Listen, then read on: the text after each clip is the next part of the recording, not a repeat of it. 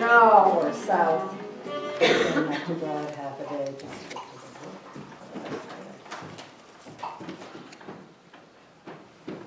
There's an old Mainer who lived in Keyser Falls in western Maine. He worked in the woods for over 40 years and figured it was time to quit. So he sold his home, packed up his fly fishing gear, and moved just across the state line to Effingham Falls in New Hampshire, if you happen to know where that is. When one of his new neighbors asked him why he had moved, he said, "Well, I just couldn't take any more of those Maine winters."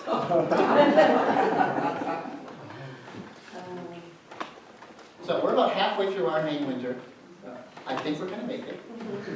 And we're also about halfway through our topic theme for the year. I think we're going to make it.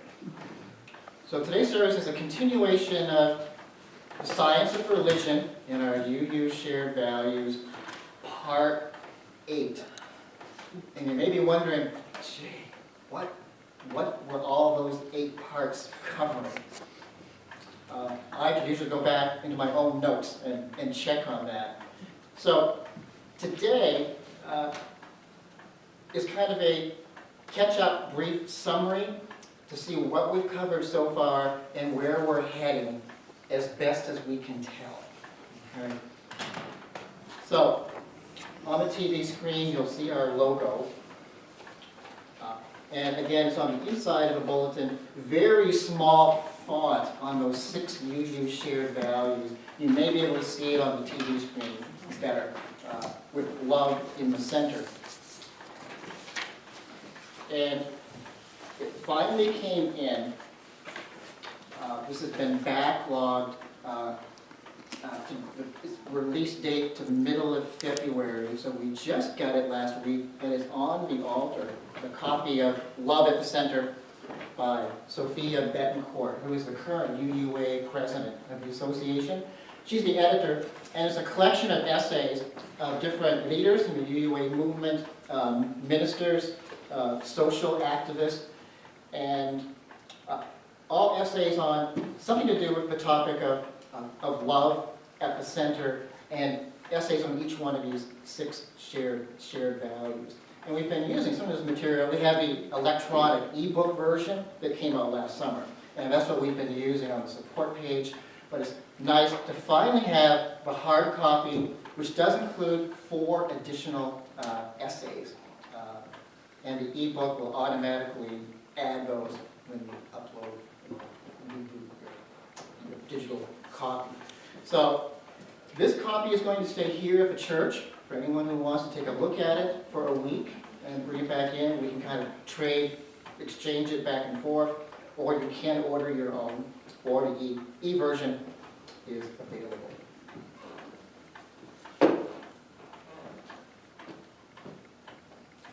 Inside the book is this image that you'll find on front of today's bulletin, and it's just a collection of the values, ideas, concepts, kind of what we did over here a couple of weeks ago on our Components of Religion flip chart to come up with just aspects, what comes to mind when you think of religion, shared values, and beloved community. What are different aspects of that? And again, those are kind of small and hard to see, but things that showed up on that image are different from what we came up with on our chart. So it's kind of interesting to go back and forth between the two. What I have done, made an attempt this week to organize what we came up with into a small outline which is presented inside your bulletin today. This is Dave's version of ordering, putting some semblance of order to this. It's the first shot attempt. We'll be moving things around, trying to come up with the large ideas, or what we call dynamics of a spiritual life, or also one aspect of components of religion. And a lot of them are linked together. So you'll notice I've got a hyphen in some of these, and that whole idea is, they're ideas that appeared in the same topic or sermon. They go together, on pairs or triplets. At the bottom is a checklist of just things to keep in mind that may not be core components of the religious process or dynamics of spiritual life itself, but they're things to consider when you're looking at the science of religion and shared value. Didn't exactly know where to put them, so we've got a running checklist on the bottom. Science of religion checklist of ideas, suggestions to keep in mind as we go back at the end of this study, at the end of the year, and just to see how long each one of these lists have become. This may be a helpful approach to organize it. I'm that kind of guy. I like outlines, but you can kind of take your own approach and pick and choose and aspects that resonate with you, or something that you're going to take and use. And some of these may not be for you something that you'll be using. So we've already done talks on some of these already, and I've gone down the list, like religious pluralism. We did several services on those last fall. On kindness, love, compassion, kindness. Randy and Ira did a service just a couple of weeks ago on try a little kindness. So we've touched all of these topics. You could do multiple services and studies on, but it feels good that we've at least done one service on these and touched on it to spark interest and see where a person might want to study that deeper. Last week, Mary Alice touched upon attainment. Was a word that she used. And I've linked that to transformation. That whole idea of change and accomplishment with spiritual principles for the spiritual life.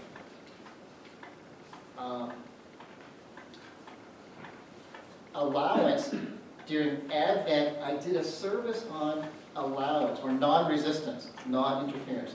You may or may not remember that. A couple of weeks ago, we did one on equanimity with, remember the lemon taste test, you guys. That's essentially on equanimity, how that works in religion.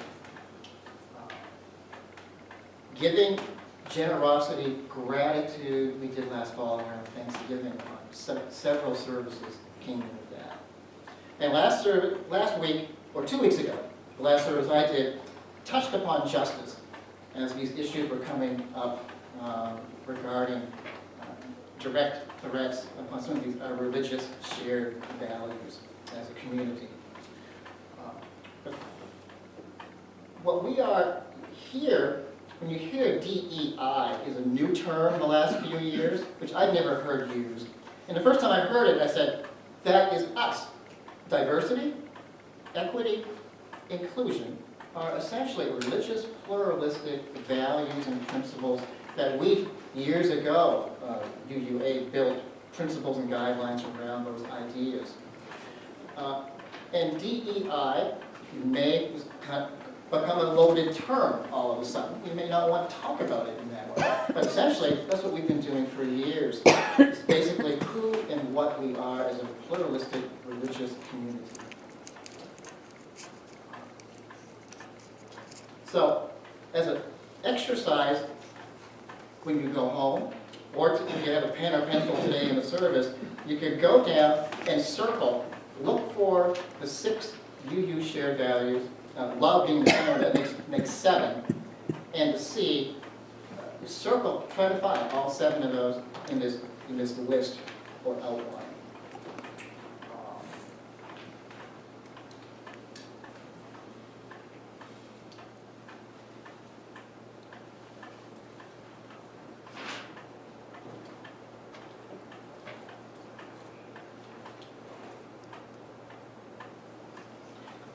So briefly, I want to touch upon two definitions from a couple of weeks ago. On the checklist, we talk about definition of terms and some of the challenging ones: God, religion, church, worship, developing a new concept or language or definition of these concepts. So we're just going to look at two as a basic review today before I move on to a story about coffee and Mount Katahdin at the end. Okay, so hang in there.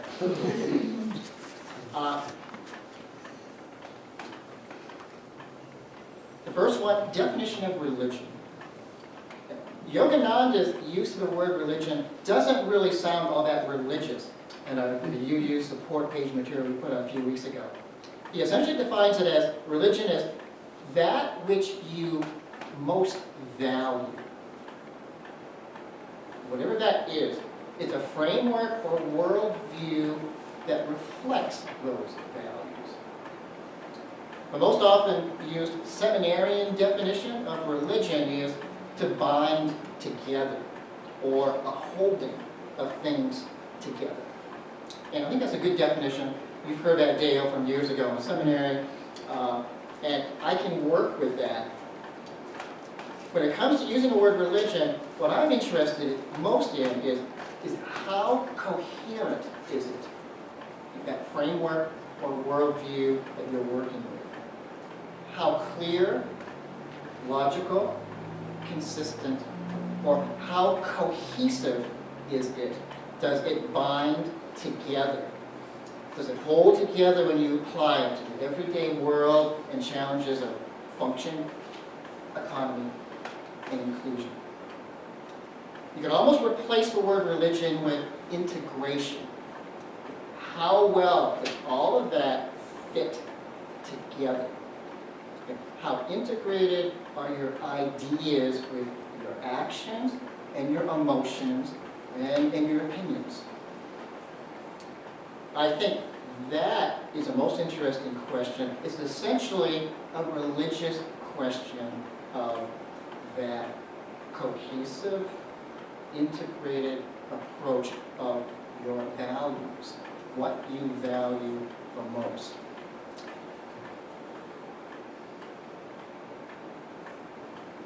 And number two, a couple of weeks ago looked at where is UU theology today. And that's what this book by Betancourt is looking at, UU theology of where we're at. And essentially, if you read this book, it's based on two criteria: a theology of love, love at the center, and you can interchange that terminology with theology of truth. Whatever is true, and where love is the primary component, that is what binds together that theology of values and ideas. Specific theologies of God or no God are basic secondary considerations in UU theology. What remains for us primary are love and truth. Conversations about God and religion and philosophies are endless and interesting, yet they are not the primary or main thing when it comes to UU theology. We're a diverse group. There's a wide range of opinion in all these topics. What we agree on is something else, and that is where our theology has developed today, and most recently with these UU shared values, the updated bylaw changes or rebranding. Who we are and what we are about right now, moving into these challenging times ahead for our planet and the people who inhabit it. It doesn't matter as much if our ideas about God are theistic or non-theistic, personal or non-personal, physical or metaphysical. What matters is your theology about God and religion, practical and usable in addressing the needs and realities of your own life and the world. It comes down to God is love. Love is God. Truth is God. God is truth. Interchangeable terms. that is a brief, very brief, kind of a summary of what we can go much deeper into. What I like is the simplicity and the clarity of theology to answer a quick, to put it to the test of one of those apps is it loving, is it true? And that's where the focus keeps returning to for a functional, relevant, practical religion. I'm going to read one paragraph from the book. This is page 173. If you happen to buy this book, or look it up. And this, our first bylaw commission of appraisal was back in 1936, which I did not know, when we were called the American Unitarian Association, the AUA, before we merged with the Universalists. The first report was a hefty 350 pages that Unitarians drew up, titled Unitarians Face a New Age. This is 1936. In the report's first section, Introduction, Rethinking Unitarianism, they set the tone of their findings with a strong, frame-bending warning. And here it is.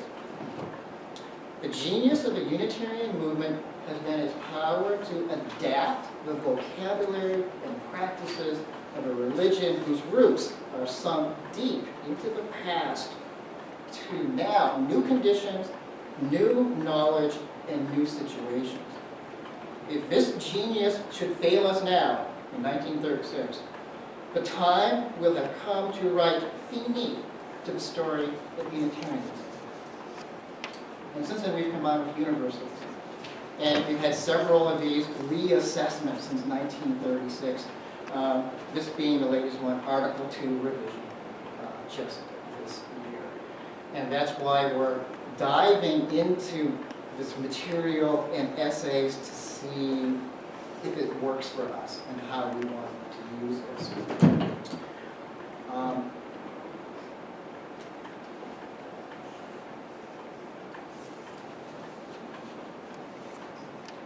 A little story.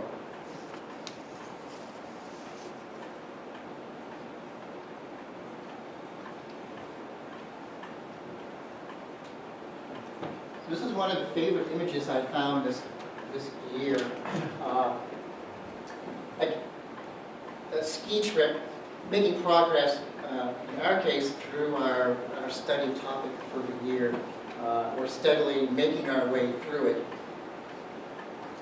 And it leads to, for 14 years, I was part of a group when I worked as an optician for Dr. Ellis, who was a member of this church. We would do a winter trip into Baxter State Park every winter. And I did, from 1990 to 2003, did 14 trips in a row. And these are just a few images of Katahdin in winter.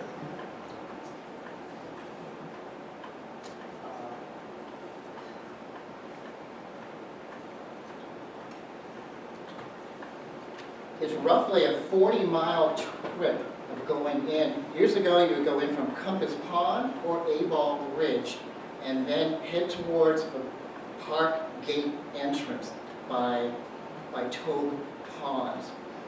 And then from there, the trip would go to Roaring Brook for your first night, overnight.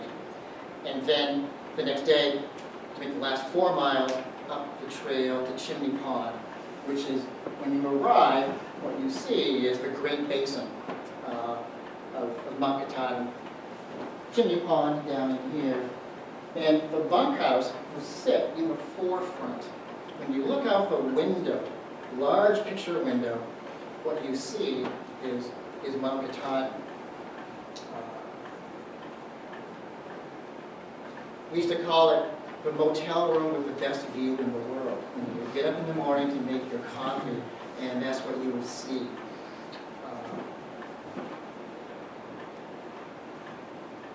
So part of this group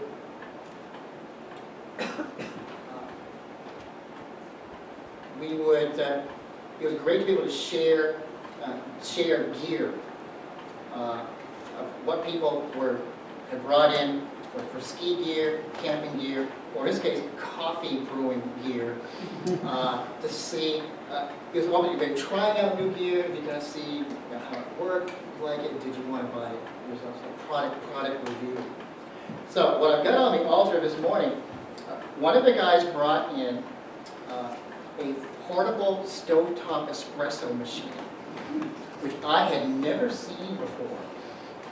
And this is the model right here. He called it the apparatus. And he was the first guy up in our bunkhouse, and he would start this up.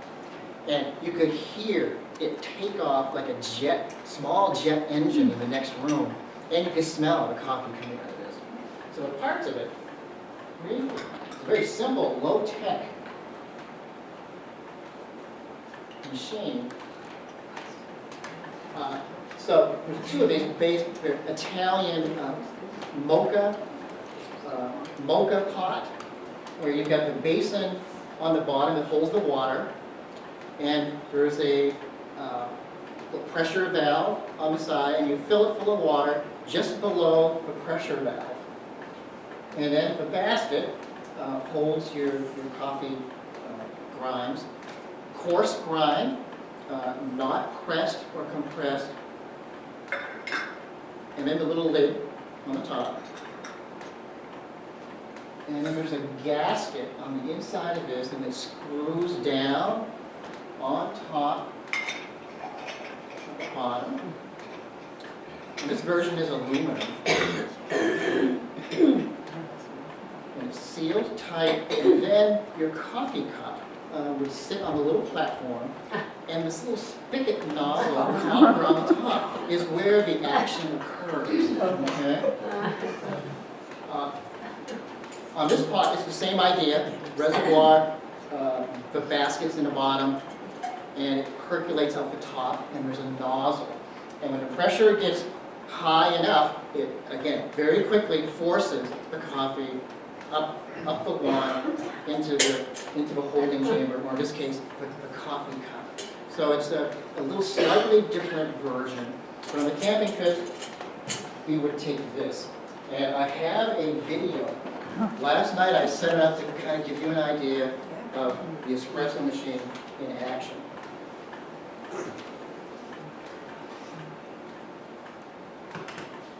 I'm not sure how well you can see that.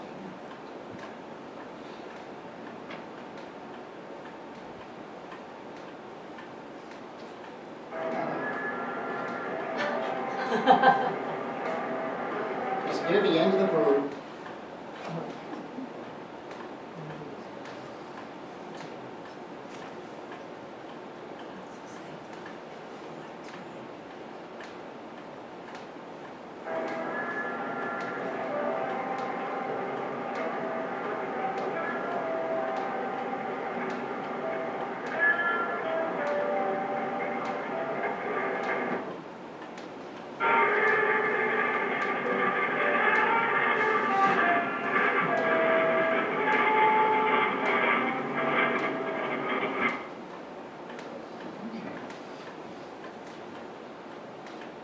I actually had to do it twice last night because the first shot didn't work out well. So I was able to drink, I had 2 shots of espresso before I went to bed last night.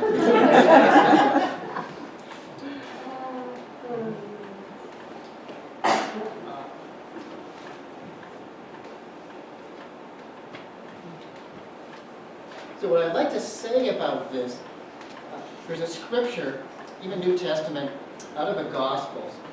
It was called the greatest commandment.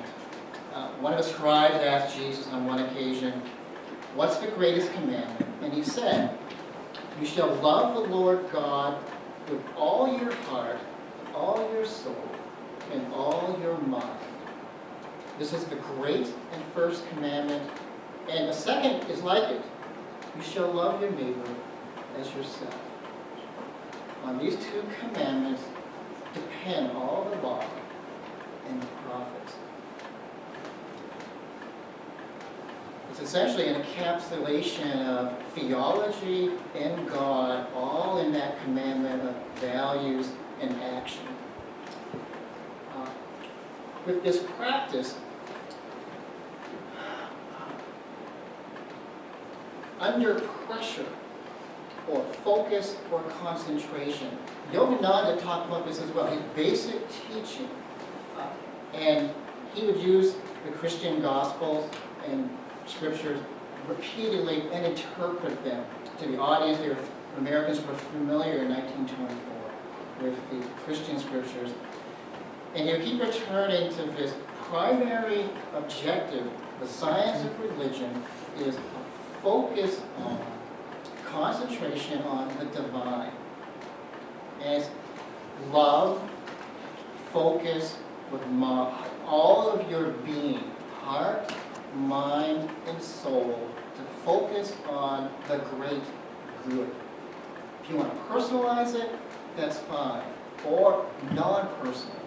Science, mathematics, whatever that equation is that equals the highest attribute of love, compassion, and truth, remain focused continually on that, and to develop a practice of doing that, or a prayer of doing that.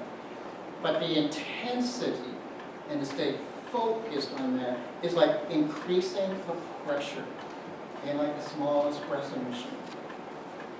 And it takes, if you turn down the temperature, whatever gains that you've made, it's like that pressure will drop.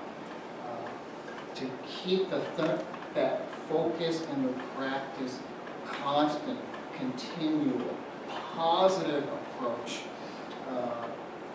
envisioning, manifestation, but that focus on love, compassion, call it God if you want, it doesn't matter what you call it, but these high ideals of your focus, that will increase this energy that operates at an emotional level, a physical level. You'll actually feel it. And it expresses itself.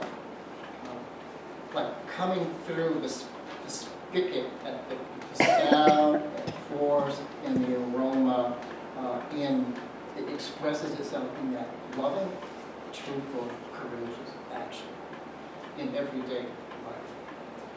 And it's so easy to get off track, or distracted, or to get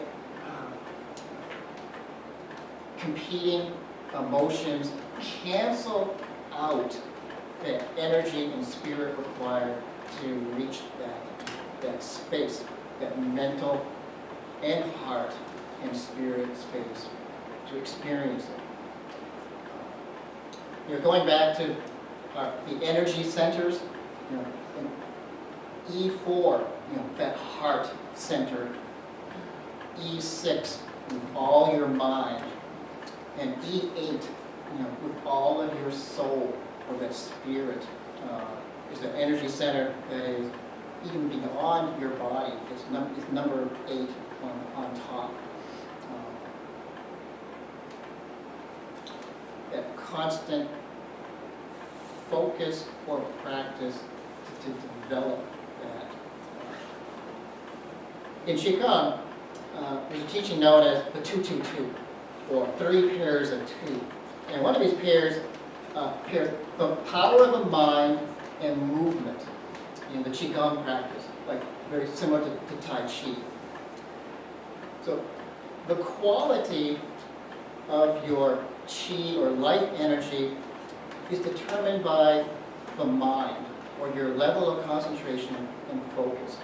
And in Tai Chi and Qigong, when you're going through emotions, you're focused on your body sensation, and focusing.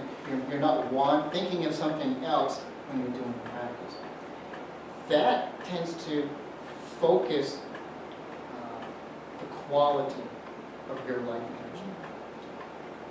The quantity of your life energy in Qigong is determined by the movement itself. The body moving generates energy. A quantity combined with the quality of your mind focus, those two together is a felt movement that's coordinated, and you can can feel it in the body and feel it in your emotions. So in summary, what I'm starting to call this is high frequency love at the top. Whatever you want to put on my chart. Mary Alice kind of alluded to this last week, and the attainment is love is that focused frequency of attention. And everything else on these lists fall under that or is connected directly to it, or maybe it is the same thing, just an expression of that love in frequency expressed in these various forms, virtues, activities, and feelings. So that's what we're going to continue to explore moving forward.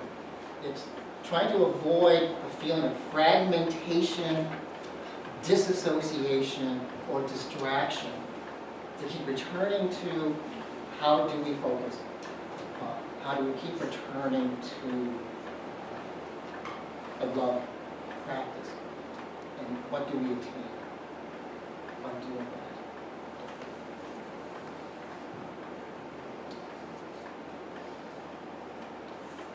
We're going to sing a song in closing. This is something new we haven't done in a while. Number 4. I want to thank everybody for tuning in today. If you'd like to show your support, please hit the like button, subscribe to our channel if you're not already subscribed, and help us out by sharing this message by clicking the share button. If you'd like to make a monetary donation to the UU Church Holden, there is a link to our online donations in the video description down below. And again, thank you so much and have a blessed day.